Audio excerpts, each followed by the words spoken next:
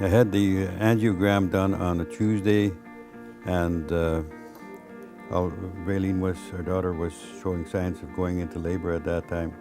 7 o'clock Friday morning, they wheeled me into OR, and I was discharged the following Wednesday. I left the hospital about 7 o'clock, and this little guy showed up about 3 hours later. Raylene was in labor on the 3rd floor, straight above where I was on the 2nd floor, and Norma was riding the elevator up and down, checking on the both of us, so it was quite the scene. They discovered an erratic heartbeat when he was still, before he was born. Then they decided to do a cesarean and get him out of there, and they whipped him over to the Health Sciences Center. They had a chaotic atrial tachycardia, which is a really erratic and wild heartbeat. Heart rates way up over 200 and all over the wall. So he was in the hospital for 3 weeks, and they tried to get the heart rate to stabilize by stopping the heart and starting it and stopping it and starting it. They went through this process 3 times, I believe, each time stopping it 2 or 3 times. And that didn't work, so they put him on medication, and he finally came home after 3 weeks. Until the late 1950s, Ray Johnson probably wouldn't have survived his heart attack. Unless you had one, you didn't know the signs or how to react. An organization to support research to understand the heart, its intricacies, and how to prevent and/or treat cardiovascular disease did not exist in Manitoba. Heart research was only conducted in major hospitals with short-term programs. There were no laboratories or other basic research facilities, nor were there any funds to provide information concerning heart disease and stroke to the public. In 1957, the Heart and Stroke Foundation of Manitoba was created to raise funds dedicated to the advancement of cardiovascular research and education. The primary focus of my research is directed toward understanding heart failure. We're interested in understanding the genetics of heart failure in terms of cell survival and cell death, and predominantly why the heart cells die when a person is having a heart attack. And this is very important because heart cells after birth don't divide, and as a result, once they become damaged, the heart's ability to pump blood is decreased. And heart failure represents a major burden to our society. It requires costly medical treatment and has a tremendous impact on families and people who ultimately develop heart failure after heart attack. We're very grateful, in fact, to Manitoba Heart and Stroke Foundation for supporting our research over the past several years. It's absolutely paramount to funding the actual research that we do in terms of reagent costs, in terms of personnel support, and the work that we do is really dependent on the monies that we receive from Heart and Stroke Foundation. Dr. Laurie Kirschenbaum is just one of the researchers the foundation supports. Dr. Mark Del Biggio has been a Heart and Stroke Foundation funded researcher for 6 years. My work related to stroke concerns mainly the brain damage that occurs after premature birth. I mean, one of the things that can happen after premature birth is bleeding into the brain, and this can be associated with cerebral palsy. So we are studying the mechanisms through which that bleeding causes damage to the brain, and hopefully through understanding the mechanisms we can eventually come up with some therapies. Donations to heart and stroke in general can benefit people of all ages who suffer from stroke or heart-related disease. The Heart and Stroke Foundation funding has been instrumental in me being able to do these studies.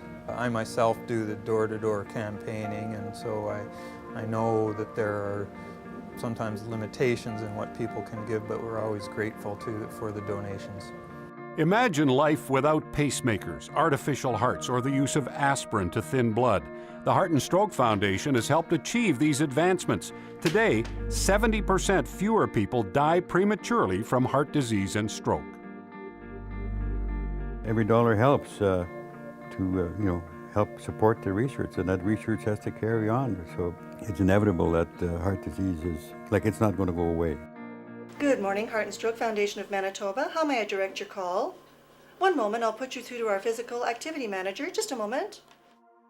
The Foundation's achievements aren't limited to discoveries that help people after a heart attack or stroke.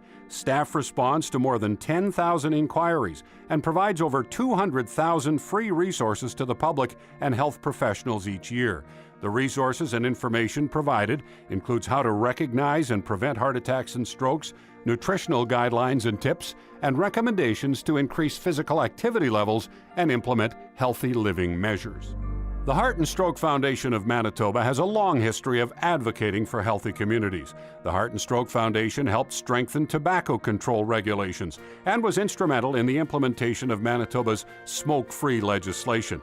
The foundation is working to increase the number of automated external defibrillators, or AEDs, available in public places across Manitoba, and successfully lobbied the provincial government to pass the Good Samaritan Act, which allows risk-free assurance to those providing resuscitation.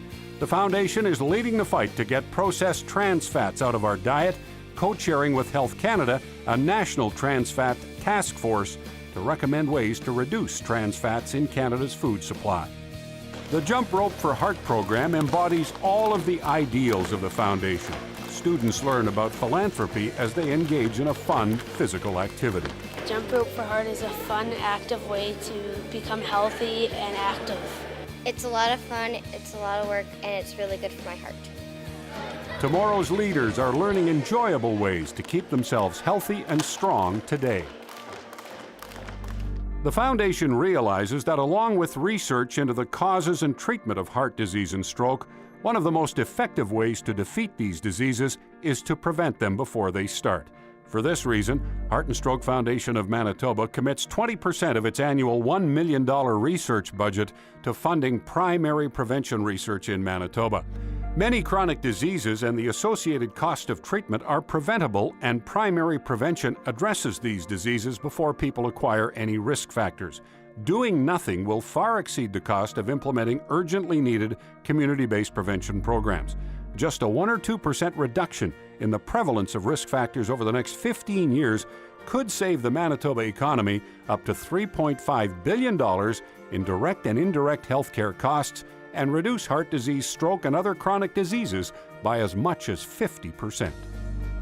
The Heart and Stroke Foundation of Manitoba is working hard to improve your quality of life and looks forward to a future free of heart disease and stroke. The work is possible because of the support the foundation receives from the people of Manitoba. Heart disease and stroke touches us all. When you donate, you're not just supporting our organization, you're supporting your wife, husband, kids, parents, friends, neighbors, and you are supporting healthy living.